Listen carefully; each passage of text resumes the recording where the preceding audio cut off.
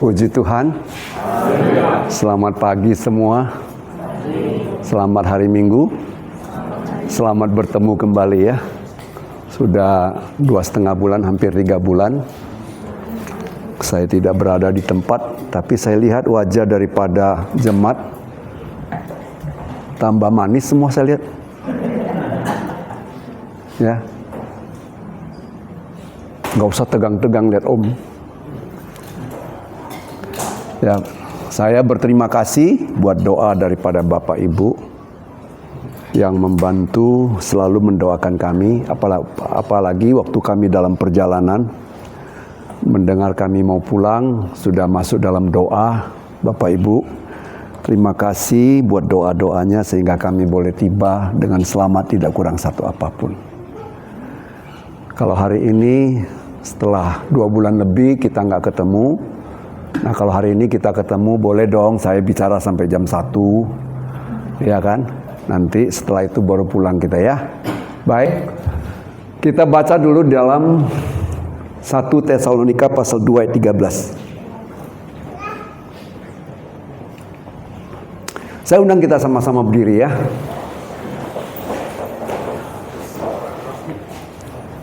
Satu, dua, tiga, kita baca sama-sama. 1, 2, 3.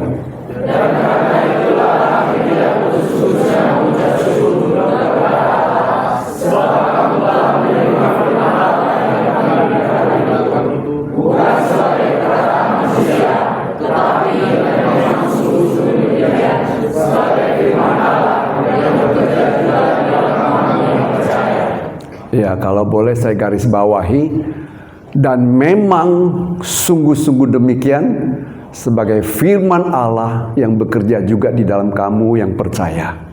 Kita tundukkan kepala. Terima kasih Bapa di surga, kami sudah mendengarkan firman-Mu, kami rindu firman-Mu. Kiranya sungguh-sungguh membajak hati kami, supaya firman-Mu mendapat tempat di hati kami. Urapi juga hamba-Mu yang akan menyampaikan firman-Mu. Dalam nama Tuhan Yesus kami berdoa dan ucapkan syukur. Amin. Saya dari ayat firman Tuhan ini, saya akan mengatakan bahwa seperti tadi yang dimunculkan slide pertama, sekarang banyak di atas muka bumi ini orang belum mati, tapi sudah rasa mati. Misalkan mana? Misalkan adalah orang yang di medan perang, ya, di medan perang. Ketika mereka berada dalam situasi demikian, ketakutan itu sudah membuat mereka mati suri, ya, mati. Apalagi ada lagi orang yang kalau pergi cek kesehatan itu nggak berani. Kan mestinya sebulan sekali, mestinya 3 bulan sekali atau setengah tahun sekali kita pergi cek kesehatan, cek darah dan lain sebagainya. Ada yang nggak berani, kenapa? Takut kalau sudah cek, takut, wah nanti sudah rasa mati dah menghadapi hidup-hidup hari ini. Tetapi pagi hari ini yang ironisnya, di gereja banyak mengalami kematian.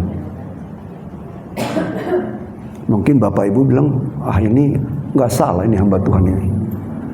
Ya, nanti di akhir daripada penyampaian firman Tuhan, baru Bapak Ibu mengerti maksud kematian itu dan merefleksi diri apakah saya masuk di dalam itu atau tidak.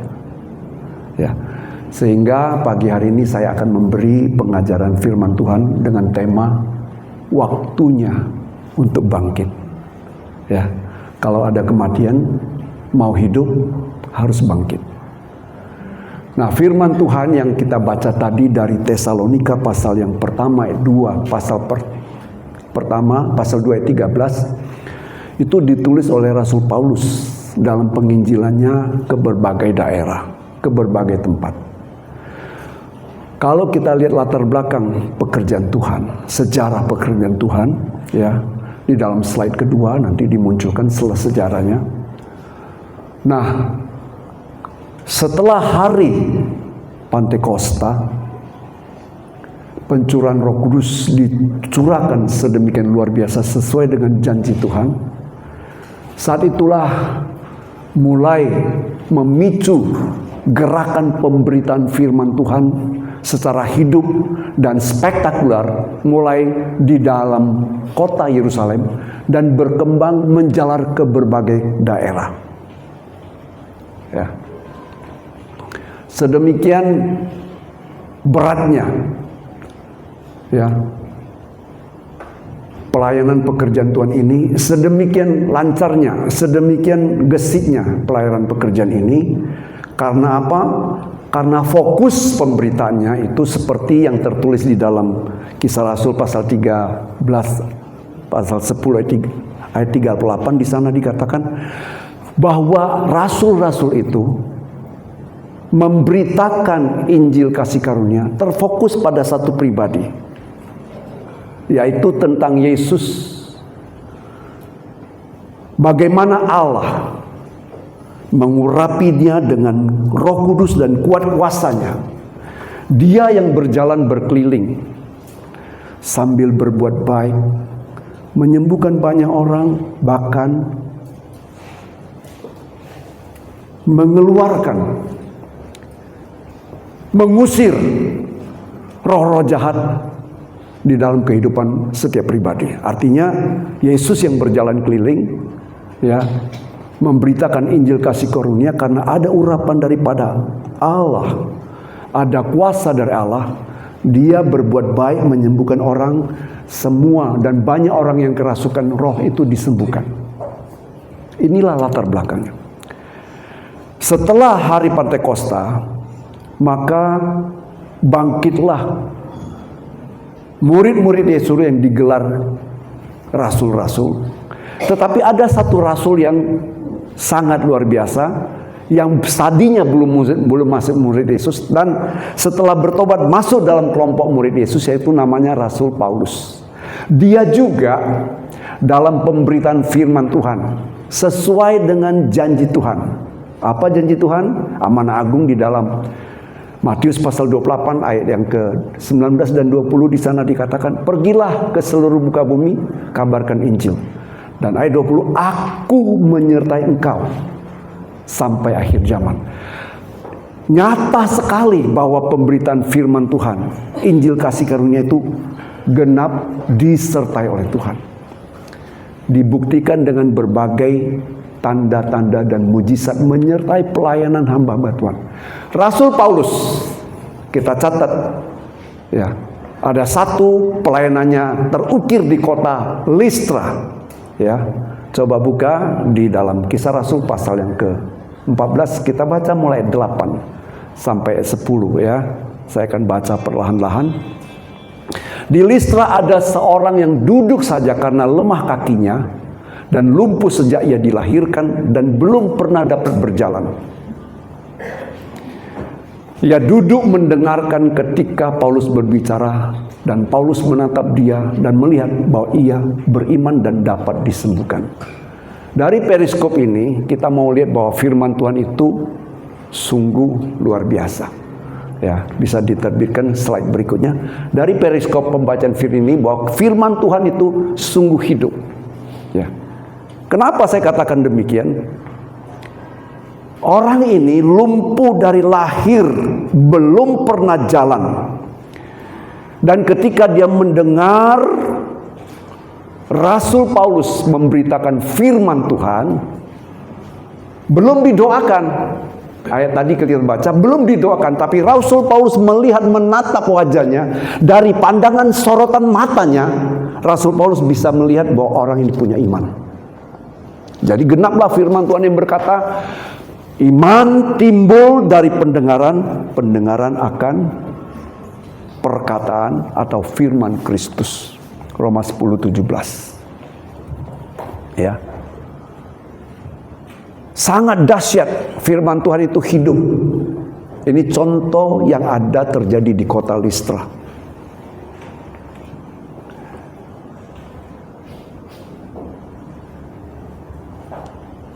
Masih ingat pelajaran yang lalu tentang aku menginginkan yang terbaik?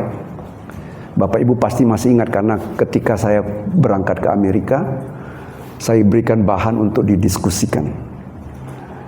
Ya, kalau kita menjadi benih yang baik, menjadi tanah yang baik, maka benih itu akan tumbuh di dalam hati kita.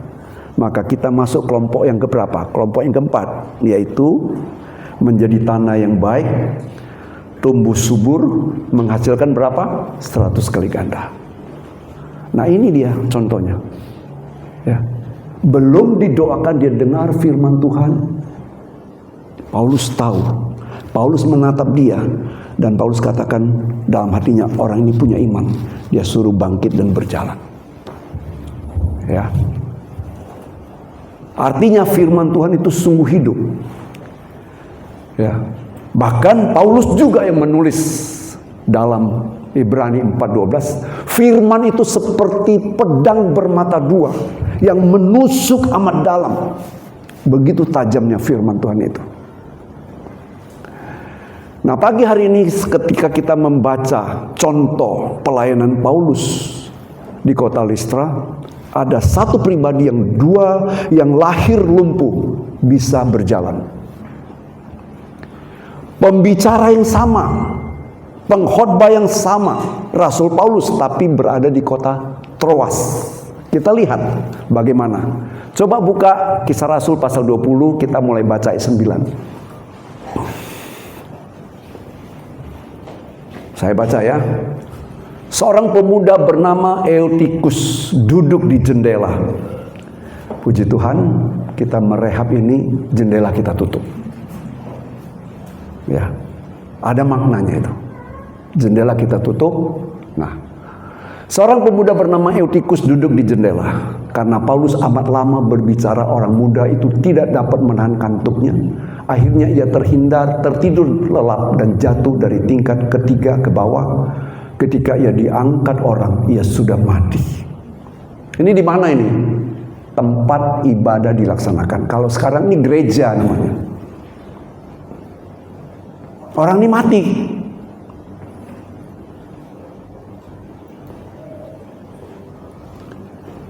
Tadi di kota Listra ada satu yang kita perhatikan. Di Listra dikatakan orang itu duduk mendengarkan Paulus berbicara. Kata mendengarkan dalam bahasa aslinya akuo. Artinya sungguh-sungguh mendengar, dalam bahasa Inggris attentu. Sungguh-sungguh mendengar dengan rasa hormat dan kesungguhan hati. Tapi di kota Troas, pemuda ini yang diberi nama itu duduk di jendela sambil mendengar Paulus menyampaikan berita firman Tuhan sambil duduk di jendela. Bapak Ibu tahu kan kalau jendela, apalagi kalau malam hari, jendela tempat masuknya angin yang segar dari luar. Bisa saja kalau anginnya di luar busuk, ya angin busuk juga masuk. Ya. Jadi ketika dia duduk, dia tidak konsentrasi, tidak fokus. Artinya apa secara rohani? Orang yang duduk di gereja ini kompromi. Satu telinga dengar firman Tuhan, satu telinga atau hatinya, perhatiannya kepada yang lain. Angin juga bisa berbicara tentang pengajaran sesat. Ketika Bapak Ibu duduk di sini, tadinya Bapak Ibu sudah dengar firman Tuhan tuh lewat YouTube. Saya mau katakan belum semua YouTube memberikan pengajaran yang benar. Sementara dengar firman Tuhan dari gembala sidang, Bapak Ibu juga mulai membanding-bandingkan. Saya dengar di YouTube begini, begitu. Atau juga sementara duduk di gereja ada rasa tertekan. Sehingga semua ini menghalangi konsentrasi untuk sungguh-sungguh mendengarkan firman Tuhan. Akibatnya apa? Mati.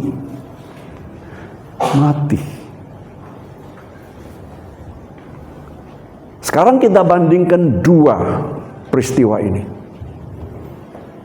Di Kisah Rasul namanya disebut Eutikus. Ada makna nama ini disebut. Tapi ketika di Listra tidak disebut namanya. Artinya, kalau orang yang tidak disebut namanya, siapa saja bisa, asal dengan sungguh-sungguh dia datang mendengarkan firman Tuhan, dia mendapat manfaatnya. Bukankah tadi ayat pokok kita mengatakan, memang sungguh-sungguh firman Tuhan, memang demikian sungguh-sungguh firman Tuhan, sehingga firman itu berdaya guna, at work dalam kehidupan orang yang mendengarkan firman Tuhan. Tapi di kota Troas, namanya disebut Listra. Artinya Bapak Ibu semua punya nama. Bukan Eutikus, tapi punya nama. Apakah namamu itu termasuk atau tidak? Nanti di akhir dari penyampaian firman Tuhan, biar kita merefleksikan diri kita, kita masuk kelompok mana. Ya. Nah, firman Tuhan tadi kita sudah baca, firman Tuhan itu hidup, dahsyat. Tadi saya singgung sedikit apa yang dikatakan Paulus di dalam Ibrani pasal 4 ayat 12. Firman Tuhan itu seperti pedang yang bermata dua, tajam, menusuk sampai memisahkan sumsum dengan sendi.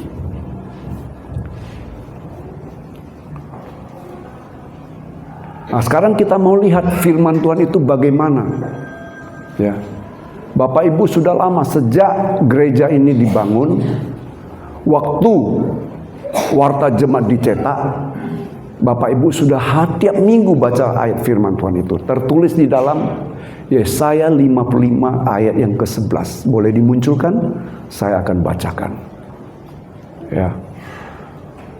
Yesaya 55 ayat 11 di sana dikatakan, semua demikianlah firman-Ku yang keluar dari mulutku, tidak akan kembali kepadaku dengan sia-sia, tapi akan melaksanakan apa yang ku kehendaki dan akan berhasil dalam apa yang kusuruhkan. Firman Tuhan berhasil. Firman Tuhan punya kehendak. Firman Tuhan begitu kuat. Tapi kenapa yang di Troas dengar firman Tuhan meninggal? Kenapa yang di Troas dengar firman Tuhan lumpuh dari lahir, hidup dan bisa berjalan? Firman Tuhan katakan, demikianlah firman-Ku yang keluar dari mulut-Ku tidak akan kembali kepadaku dengan sia-sia, tetapi akan melaksanakan apa yang Ku kehendaki dan akan berhasil dalam apa yang Kusuruhkan kepadanya. Berarti firman Tuhan itu hidup dan punya kehendak. Ini setara dengan apa yang Yesus katakan ketika Yesus memberi makan 5.000 orang, ya. Dia katakan begini, waktu dia memberi makan 5.000 orang, dia katakan, rohlah yang memberi hidup. Daging sama sekali tidak berguna. Perkataan-perkataan yang ku katakan kepadamu adalah roh dan hidup. Yohanes 6:63. Perkataan-perkataan yang ku katakan kepadamu adalah roh dan hidup. Kalau Bapak Ibu baca ini, mungkin sekilas agak sulit mengartikannya kemana larinya. Tapi saya izinkan saya membawa Bapak Ibu kembali kepada peristiwa waktu manusia pertama diciptakan. Allah mengambil sebongkah tanah liat dengan tangan yang kudus. Dia bentuk casing Adam. Setelah dia bentuk, dia hembuskan nafas dalam bahasa Ibraninya, ruah, nafas Allah.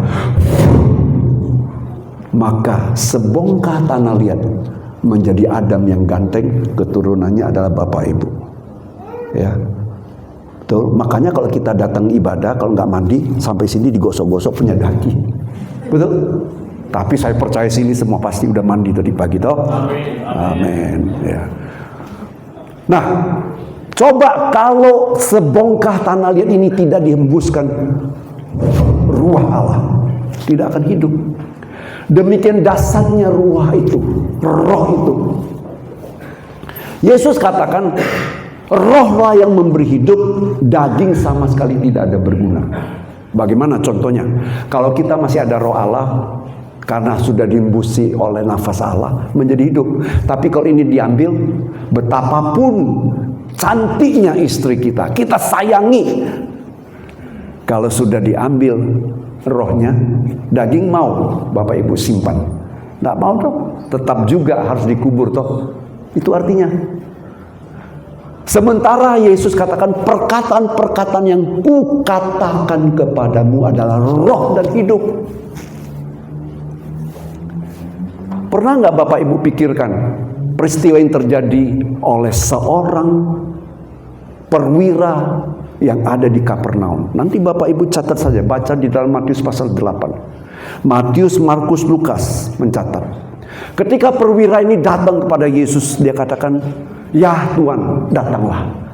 Hambaku hampir mati."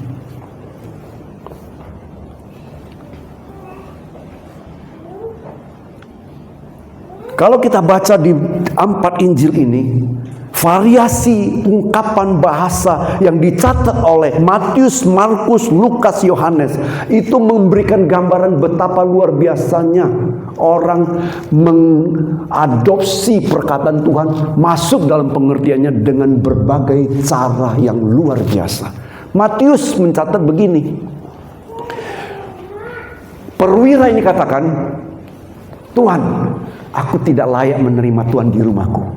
Katakan saja sepatah kata, hambaku akan sembuh." Jadi dia cuma butuh sepatah kata.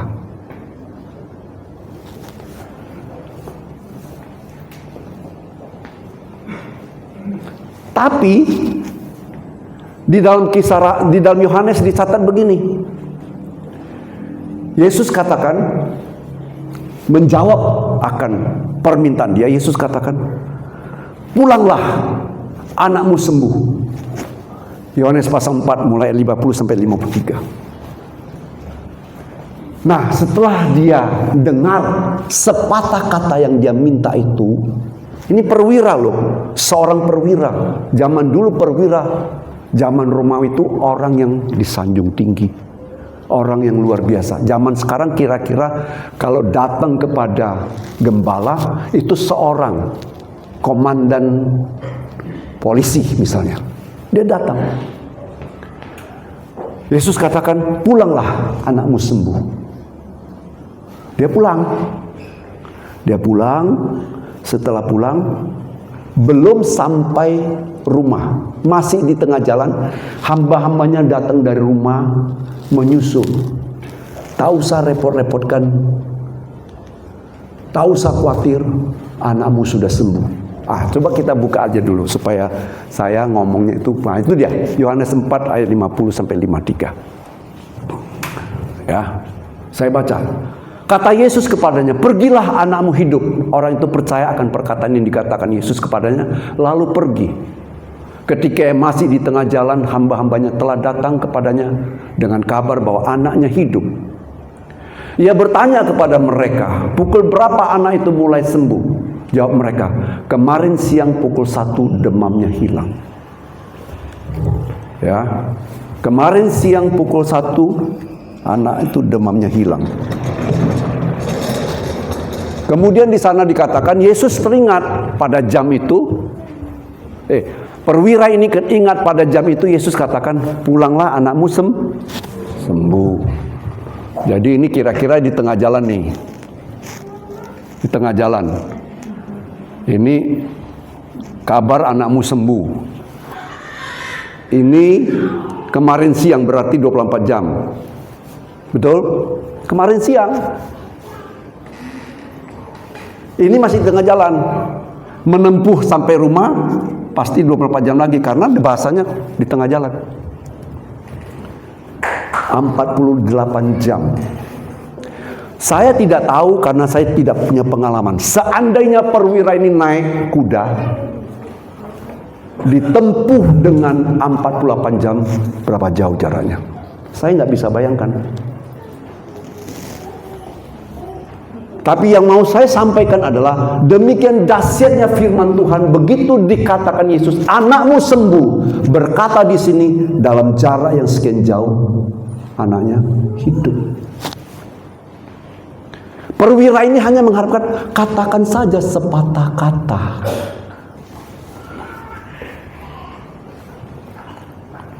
Dahsyat bukan? Dahsyat.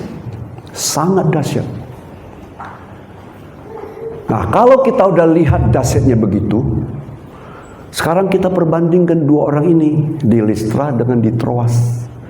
Sebelum kita perbandingkan, kita mau dulu mengupas Yesaya 55 ayat 11. Bahwa perkataan yang keluar dari mulut Allah mempunyai kehendak, akan melaksanakan kehendaknya, tidak akan kembali kepada Allah dengan sia-sia, tapi akan melaksanakan kehendaknya seperti yang disuruhkan.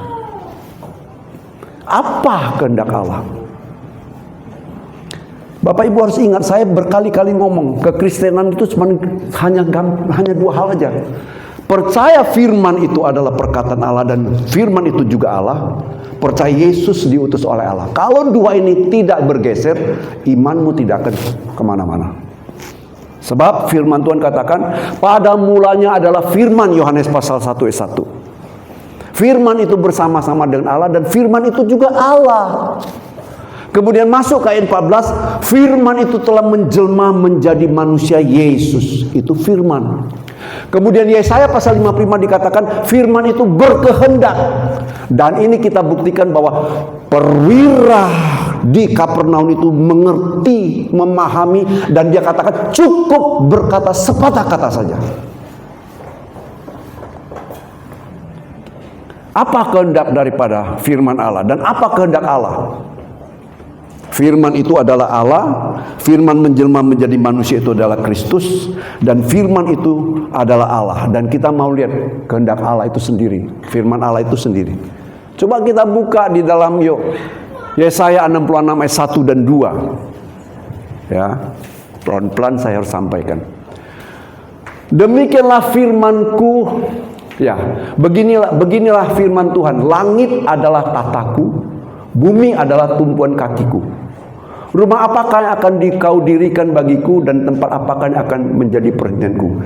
Jadi Allah dalam firman-Nya berkehendak untuk berhenti berdiam di satu tempat.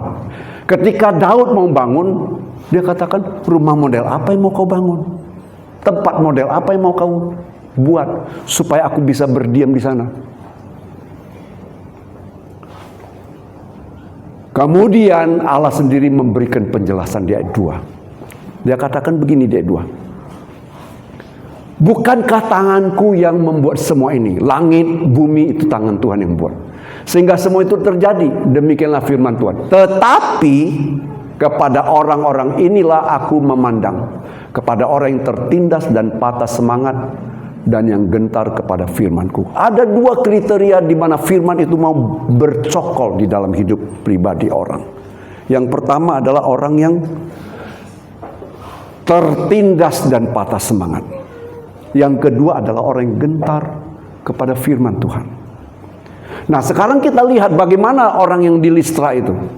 Orang yang di Listra itu di sana dikatakan dia lahir lumpuh, tidak bisa berjalan.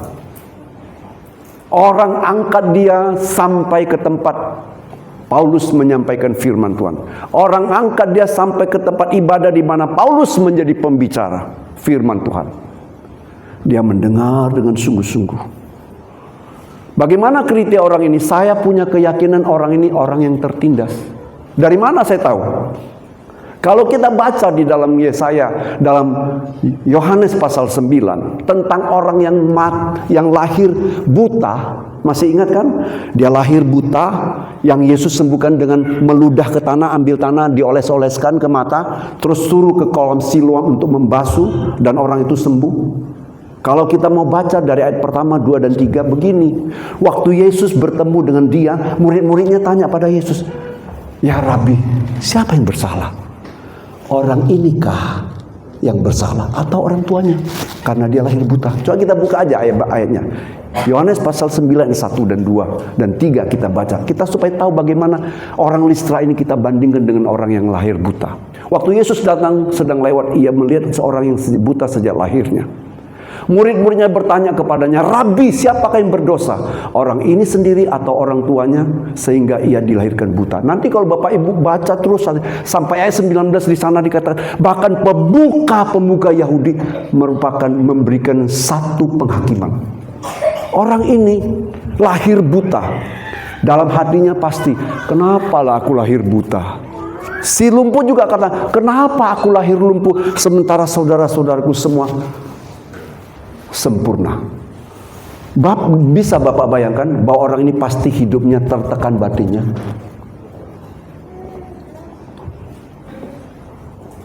Patah semangatnya, tertekan batinnya karena mendapatkan penghakiman. Tapi dengan kondisi itu dia sungguh-sungguh datang kepada Tuhan karena dia tahu di dalam Tuhan itu ada pengharapan. Dia menghargai. Dia tahu Tuhan itu ada pengharapan sehingga ketika dia dengar firman Tuhan itu, dia katakan ini Allah yang berbicara. Ini perkataan yang memberikan kehidupan. Dia dengar dengan sungguh-sungguh. Dia sembuh. Nah sekarang bagaimana dengan Eutikus yang duduk di jendela? Dia tidak sakit, sehat, gagah. Mungkin kalau kita hadir pada waktu itu, jangan-jangan dia orang ganteng.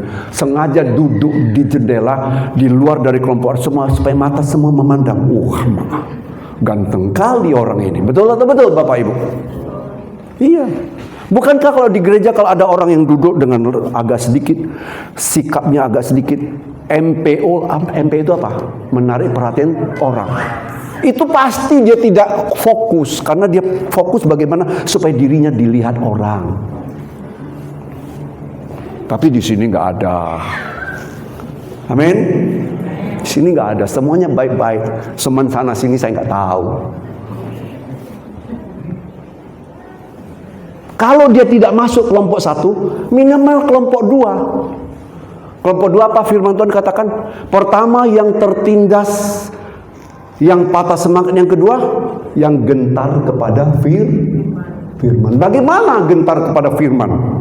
Supaya Bapak Ibu bisa jelaskan bagaimana itu gentar sama firman. Saya bawa Bapak Ibu kepada peristiwa bangsa Israel mendengarkan firman Tuhan. Dalam Keluaran pasal yang ke-20 ayat 18 kita baca. Coba kita lihat. Saya baca sebentar. Seluruh bangsa itu menyaksikan guru guntur kilat, sabung menyambung, sangkakala berbunyi dan gunung berasap. Maka bangsa itu takut dan gemetar dan mereka berdiri jauh-jauh. Berdiri jauh-jauh. Allah bicara di Gunung Sinai. Mereka berkata kepada Musa, engkau sajalah yang dengar. Kami janganlah Allah bicara dengan kami, nanti kami mati. Ini bangsa yang 2 juta lebih itu dapat merasakan betapa dahsyatnya suara Tuhan. Betapa gentarnya mereka kepada firman Tuhan. Sehingga mereka sungguh-sungguh takut. Bapak Ibu, kalau Bapak Ibu di kantor, mungkin kira-kira dipanggil oleh kepala kantor untuk ngadap. Sebelum menghadap kira-kira ada rasa nggak? Ya aku salah apa ini? Hari ini aku dipanggil khusus ya. Apa aku mau diberhentikan? Kalau diberhentikan repot nih. Sekarang lagi Krismon diberhentikan pula. Ya kan? Itu baru kepala kantor. Kita datang dengan Bapak Ibu pernah kalau kerja di kantor disuruh masuk ke kantor di ruang direktur. Apa ini ya? Apa itu? Buka sandal masuk ke ruangannya. Itu tandanya apa? Tandanya kita harus menghormati. Untuk dengar apa yang dia mau ngomong. Ada rasa gentar, ada rasa hormat, ada rasa takut. Untuk mendengar apa yang saya berkali-kali ngomong. Tapi kali ini saya juga ngomong karena ada yang mungkin belum pernah dengar. Waktu saya jadi pengusaha, diundang ke Istana Bogor, di mana Presiden Soeharto bicara. Kami duduk di sana. Saya mau katakan, kalaupun satu jarum jatuh, ting akan dengar. Begitu senyapnya orang. Semua dengan tekun, dengan berhati baik-baik. Dengar baik apa kata Bapak Presiden. Itu semua pengusaha kaya, pengusaha menengah, semua di dalam. Ada rasa hormat, ada rasa gentar dan lain sebagainya, duduk dengar. Tapi Eutikus ini tidak punya sikap seperti ini. Sikap dia adalah kompromi, tidak fokus, mengizinkan sambil mendengar berita-berita lain masuk.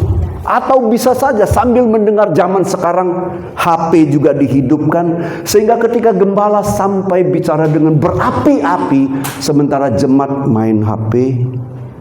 Kadang-kadang saya nggak tahu, kalaupun jemaat itu ketawa, saya pikir, wah, berarti firman Tuhan yang saya sampaikan itu masuk nancap ke orang itu, karena dia sudah mulai ketawa. Nggak tahu yang diketawakan adalah TikTok, kan nggak kita tahu.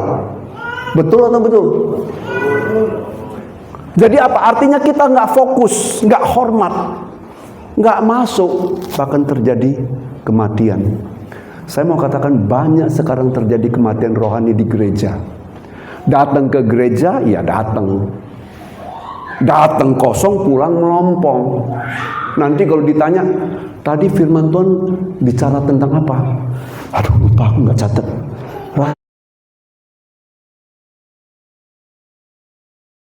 Yohanes atau Wahyu? Oh, Yahyu lah, Yahya dan Wahyu. Yahyu aja. Tadi rasanya di kitab Yahyu. Cari di kitab Yahyu nggak ada. Kenapa?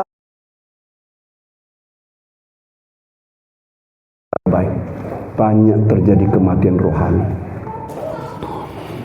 Anak Tuhan sih anak Tuhan, nggak bertumbuh-tumbuh. Mungkin Bapak Ibu katakan, Om ini masa Om dibandingkan dengan Tuhan yang ngomong. Kalau di Gunung Sinai benarlah Tuhan yang ngomong, tentu orang semua takut, ya. Tapi kalau di gereja kan hamba Tuhan yang ngomong. Nggak perlulah serius sekali. Nah, kita buka dulu ayat firman Tuhan. Yohanes pasal 14 ayat 26.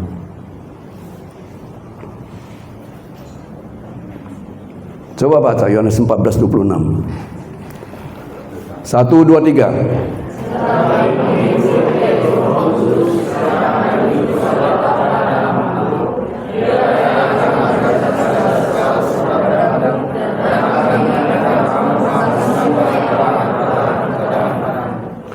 Saya tanya, ketika Bapak Ibu dengarkan khotbah, ada nggak dalam hati Bapak Ibu, wah khotbah ini, oh ya, seperti yang lalu waktu saya pagi renungkan firman Tuhan, saya baca firman, itu pas sekali ya, itu Roh Kudus berkarya dalam hidupmu.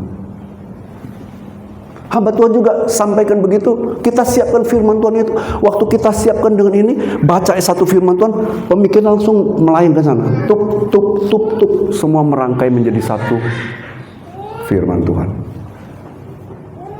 Roh Kudus memakai kehidupan hamba Tuhan untuk menyampaikan firman Tuhan. Sebenarnya Allah yang bicara cuma pakai bibir mulut hamba Tuhan. Makanya hamba Tuhan itu harus hidup kudus, supaya Tuhan pakai untuk menyampaikan firman Tuhan. Baca satu ayat lagi. Yohanes 16 ayat 13. Tetapi apabila ia datang, yaitu Roh Kudus, Roh kebenaran, ia akan memimpin kamu ke dalam seluruh kebenaran. Sebab ia tidak akan berkata-kata dari dirinya sendiri, tetapi segala sesuatu yang didengarnya itulah yang akan dikatakannya, dan dia akan memberitakan kepadamu hal-hal yang akan datang. Saya termasuk hamba Tuhan yang jarang sekali mau membuat lelucon di atas mimbar ini, karena ini sakral, tempat firman Tuhan disampaikan. Bapak Ibu, betapapun banyaknya hiasan, perumpamaan saya sampaikan, kalau itu bukan firman Tuhan, tidak akan membuat Bapak Ibu bertumbuh. Paling Bapak Ibu ketawa cekakakan, pulang, besok sudah lupa. Tapi firman Tuhan punya kuasa, firman Tuhan punya daya guna. Sekarang dari hal-hal yang kita baca ini, berarti apa?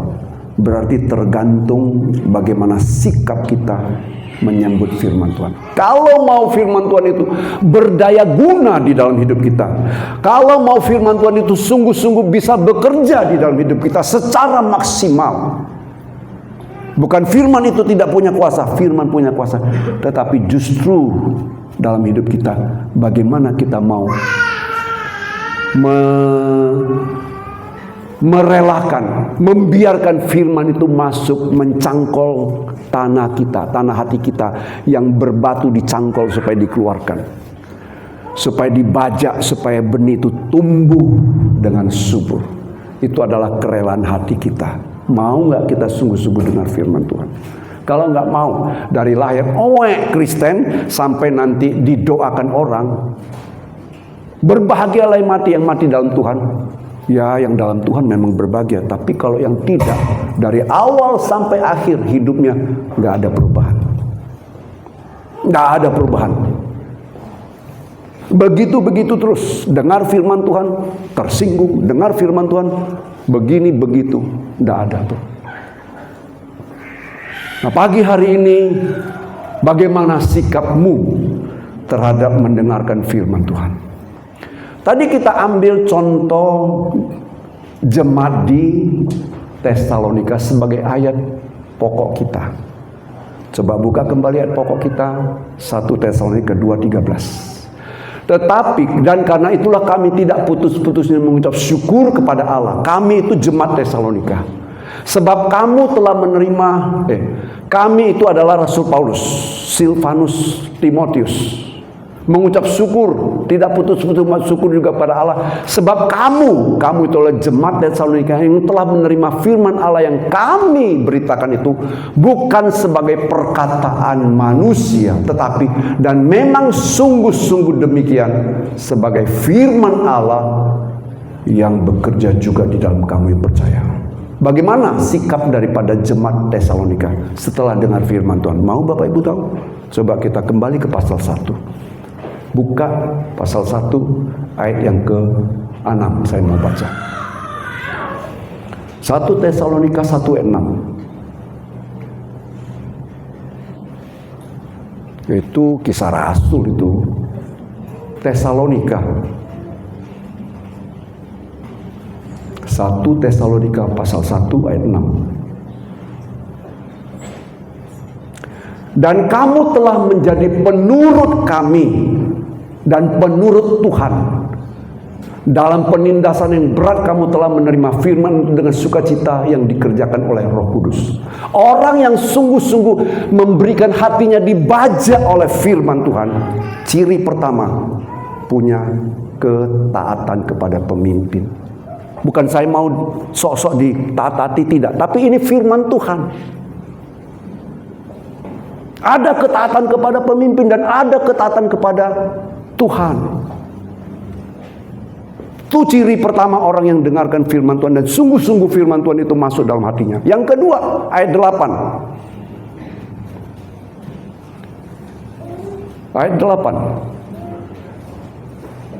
Karena dari antara kamu firman Tuhan bergema bukan hanya di Makedonia dan Akhaya saja, tetapi di seluruh tempat telah tersiar kabar tentang imanmu kepada Allah sehingga kami tidak usah mengatakan apa-apa tentang hal itu. Artinya apa? Orang yang sungguh-sungguh dengar firman Tuhan, selain dia taat kepada pemimpin dan taat kepada Tuhan, dia menjadi saksi hidup.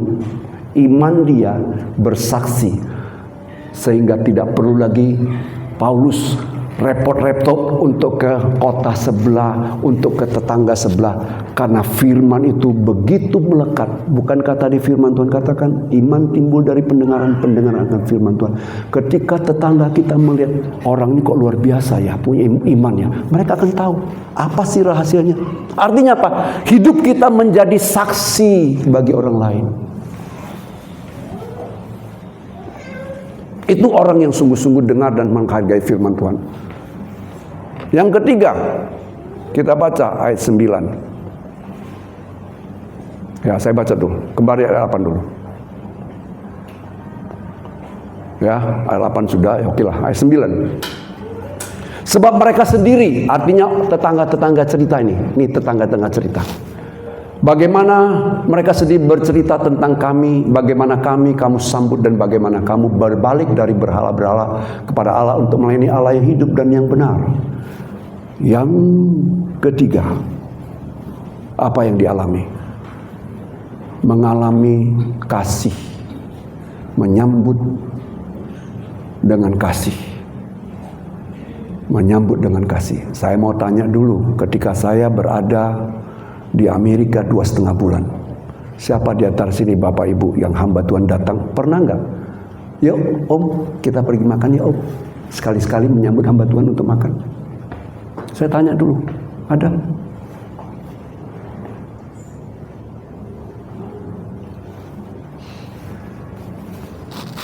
Di mana kasihmu? Yang sakit ada pergi lihat? Orang yang sungguh-sungguh dengar firman Tuhan akan berubah, punya kasih.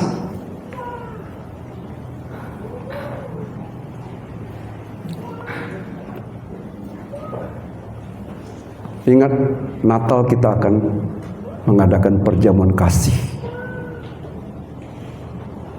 Siapkan makanan sebanyak-banyaknya. Kasih, siapa yang datang, kasih makan.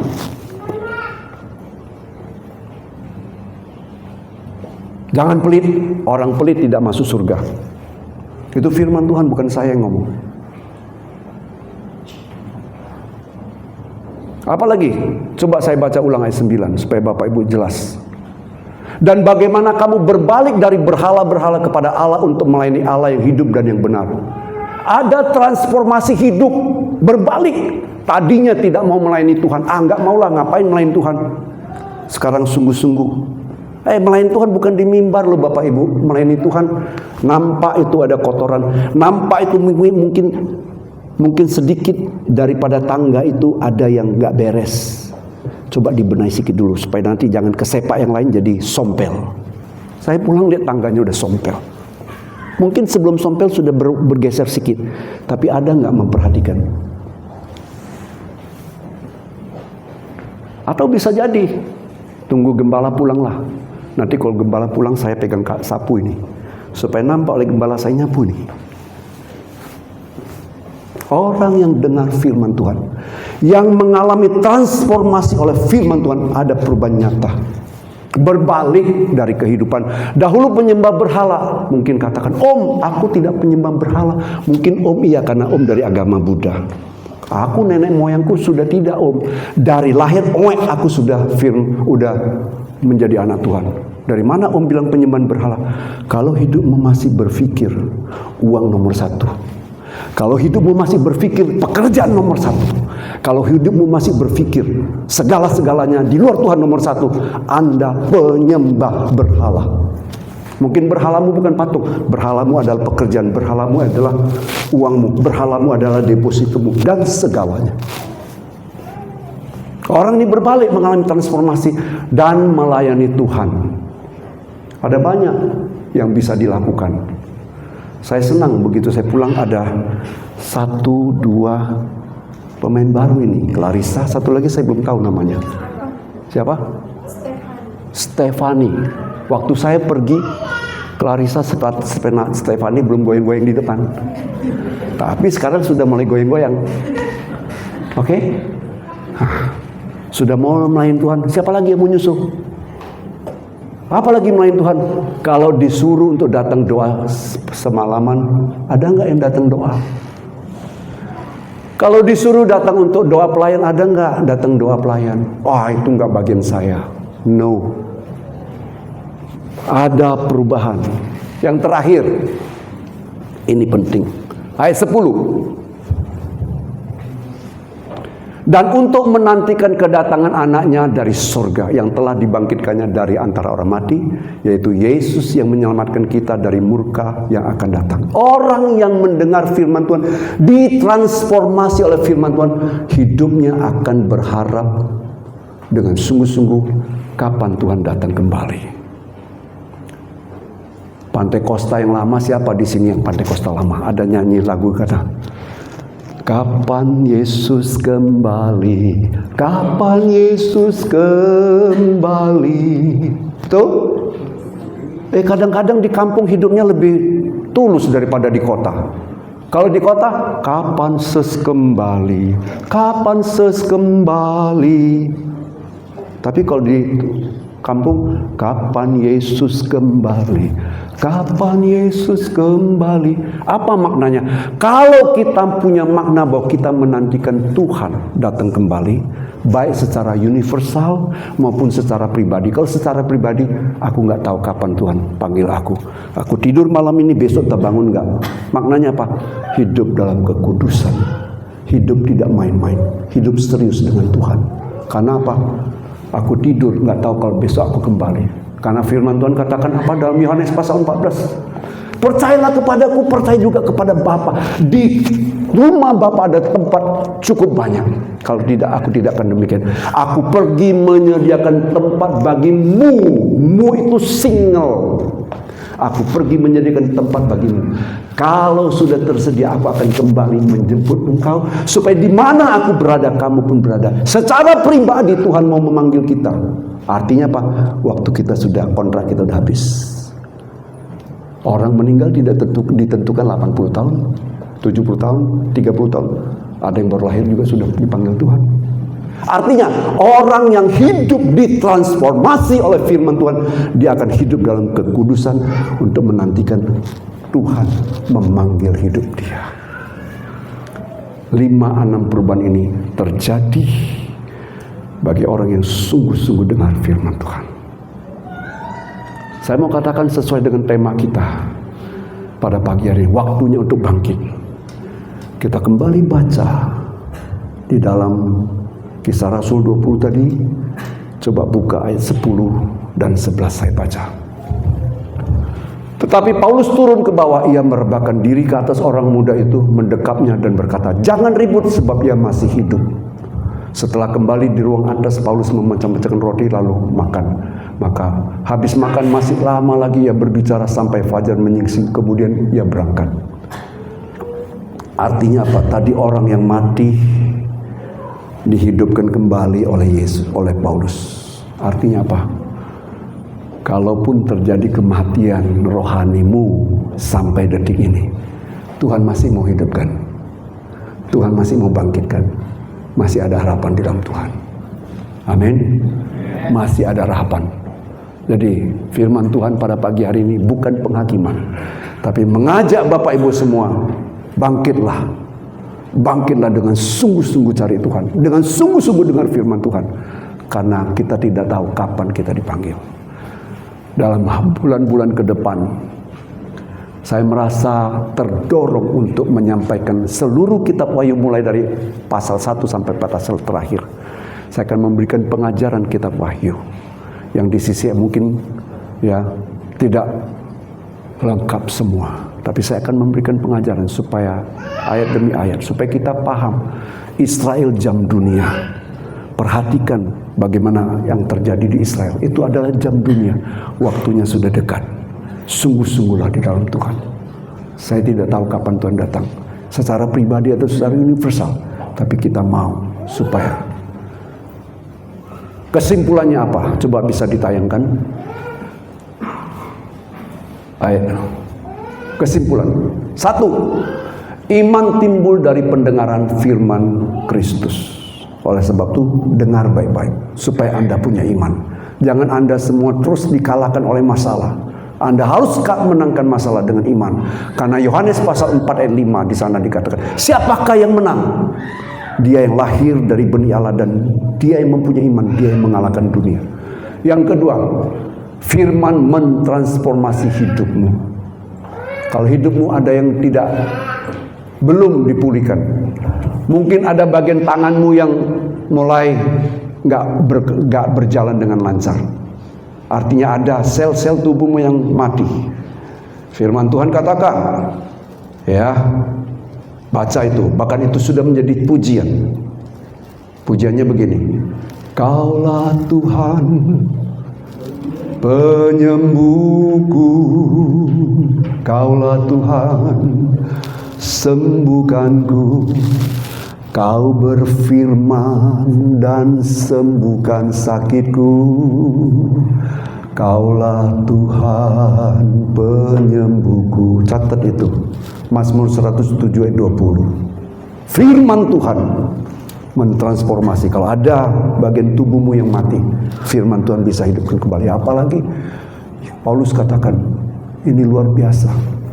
Dia katakan gini, jika roh Allah yang membangkit Kristus dari dalam kubur tinggal di dalammu, maka tubuh yang fana ini akan dihidupkan kembali. Luar biasa. Ya. Ayat 3. Sikap hati menentukan apakah firman bekerja atau tidak. Itu sikap hatimu. Tadi saya sudah katakan pembicara Paulus dalam 2 kejadian. Satu di Listra, satu di Troas. Yang di Listra firman Tuhan berdaya guna, bekerja. Kita terima manfaatnya. Yang di Troas tidak dengan sungguh-sungguh, mati. 4. Pilihan untuk hidup kembali adalah di tanganmu, bukan di tangan gembala. Pilihannya ada di dalam tanganmu. Apakah kamu sungguh-sungguh atau tidak, itu pilihanmu. Sekarang refleksi diri kita apa? Coba kita mau lihat refleksi diri kita. Kiranya ini menjadi refleksi kita. Apa saya mau duduk di jendela? Artinya apakah saya mau duduk dengan tampak fokus ketika mendengarkan firman Tuhan? Apakah saya dengar firman Tuhan dengan hormat? Apakah saya dengar firman Tuhan apakah firman Tuhan masih bekerja dalam hidupku? Itulah refleksi diri kita. Bertanyalah pada dirimu, selama aku jadi anak Tuhan, apakah firman Tuhan itu sungguh-sungguh hidup di dalam hidupku atau tidak? Apakah sungguh-sungguh firman Tuhan itu berdaya guna atau tidak? Apakah sungguh-sungguh firman Tuhan itu dapat kurasakan menghidupi aku atau tidak? Biar ini menjadi perenungan kita bersama. Tuhan memberkati. Mari kita sama-sama berdiri.